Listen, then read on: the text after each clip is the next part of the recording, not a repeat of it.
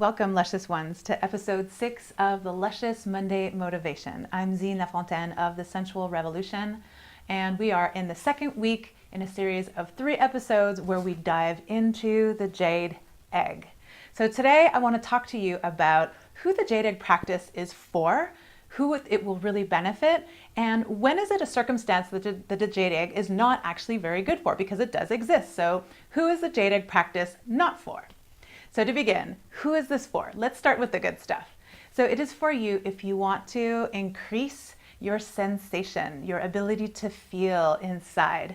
It is for you if you want to have better orgasms. It's been proven that when we increase and heal our pelvic floor, there is a better connection and a better satisfying sexuality overall. And when we practice with the Jade Egg, we are working with the pelvic floor and its strength. It is also for you if you are looking for a much better mind-body connection. So if you want to start feeling like you are more connected, more deeply connected to your body, this is an excellent practice to do. It's excellent for you if you are in menopause and you are looking to heal some of the symptoms that come up. According to the Taoist tradition, when we help move and unblock stagnant energy in our sexuality, we start to help heal and awaken and bring vibrancy to some of the ailments that we have so frequently as women, especially around sexuality. So when we're dealing with things like painful periods, recurring UTIs, recurring yeast infections, endometriosis, fibroids, this kind of thing, when we start to activate and start to allow some of that stagnant energy to move, we start to alleviate all of those ailments on the surface. We're going to the root cause of what is creating these issues in the first place. Now, you're not going to find a lot of research around this because the Jade Egg is kind of like the yoga of 20 years ago. So there's still some ways to go on that level. But we've seen a lot of changes in clients and things are getting more and more known around the Jade Egg every single day. So here's one person that the Jade Egg is really not for. So if you're pregnant, unfortunately, you'll have to wait until after giving birth to actually start your Jade Egg practices. Now, I know there are some coaches who are okay with it. From the lineage that I learned, I do not recommend it. And so I would totally suggest that you wait until after you've given birth. And after you've given birth, on the other hand, this is definitely a perfect time to start doing a Jade Egg practice because, as I mentioned before, the Jade Egg helps to rebuild, re-strengthen the pelvic floor, and that's exactly what you need after having given birth. And on top of that, it starts to help you feel like a sexual person again, to reactivate the sensations, to restructure and reshape. And sometimes doing a Jade Egg practice can even help someone feel even more embodied in their sexuality than they were before.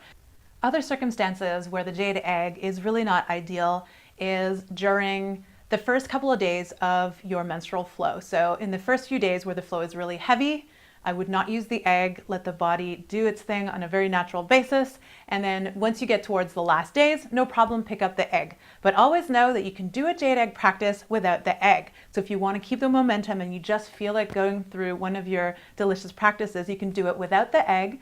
And then you just pick up your egg when you're in the last days of your period and there's no problem at all. Another circumstance is during an active STD outbreak. You don't want to use it then. You don't want to use the egg when you have an active yeast infection. So the egg can create more heat and moisture, which, as we know, the yeast just loves. So it's not a good idea to do it during an active yeast infection.